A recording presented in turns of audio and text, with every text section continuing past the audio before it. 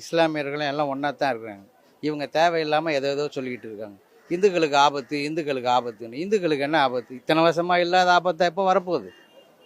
இவங்க வந்து தான் ஏதோ இந்துக்களை காப்பாற்று. இவங்க வடநாட்டில் போய் பார்க்க சொல்லுங்கள், எத்தனை இந்துக்களை காப்பாற்றுறாங்க, எத்தனை இந்துக்களை அடிக்கிறாங்கன்னு பார்க்க சொல்லுங்கள். இந்த கதையெல்லாம் இங்கே ஓட்டிகிட்டு இருக்க வேண்டாம். அது இருக்கிற இடத்துல இருக்கட்டும். அது எதுக்கு மாற்றுறீங்க? தேவையில்லாத வேலையெல்லாம் செஞ்சுட்டு இருக்க வேணாம் எச்ராஜ். அது எங்கே இருக்கணுமோ அது அங்கேயே இருக்கட்டும். அதை மாற்றி என்ன பண்ண போகிறீங்க நீங்கள்? அதனால் உங்களுக்கு என்ன பிரச்சனை வந்தது? இந்துக்களை போகிறவங்க யாராவது இஸ்லாமியில் மாறுங்கன்னு சொன்னாங்களா? அதுவும் இல்லை. இல்லை இஸ்லாமியர்கள் யாராவது போய் இந்துக்களை அடித்தாங்களா? ஒன்றுமே இல்லை. நீங்கள் எதுவும் பண்ணாமல் இருந்தால் போதும், அது பேசாமல் கிடக்கும். தமிழ்நாட்டில் வந்து இந்த பாரதிய ஜனதா கட்சி வந்து மதவாத அரசியலை பண்ண நினைக்கிறாங்க. இந்த மதவாத அரசியல் பண்ணுறதுங்கிறது வந்து தமிழ்நாட்டில் இது வரைக்கும் எடுபடலை. வடநாட்டுகளில் சில மாநிலங்களில் எடுபட்டிருக்கு. அது ஒரு தவறான அணுகுமுறையாத்தையும் நமக்கு பார்க்க வேண்டியிருக்கு.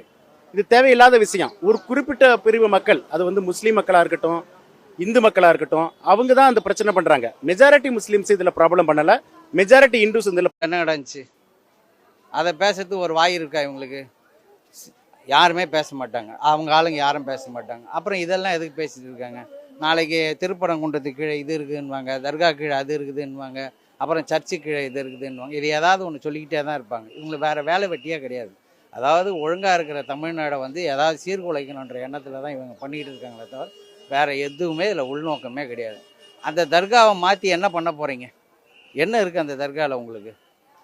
அது இவ்வளோ நாளாக இல்லாத ஒரு பிரச்சனையை இப்போ புதுசாக வரப்போகுது அங்கே.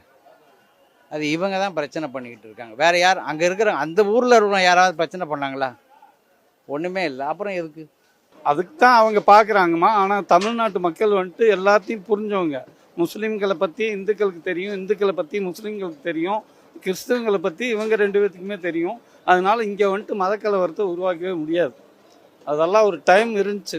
இப்போ ஜனங்க வந்துட்டு தெளிவடைஞ்சிட்டாங்க. இந்த சுனாமி வந்துட்டு, சென்னை வெள்ளம், புயல், இந்த மாதிரி டயத்தில் வந்துட்டு ஒருத்தர் புரிஞ்சுக்கிட்டாங்க.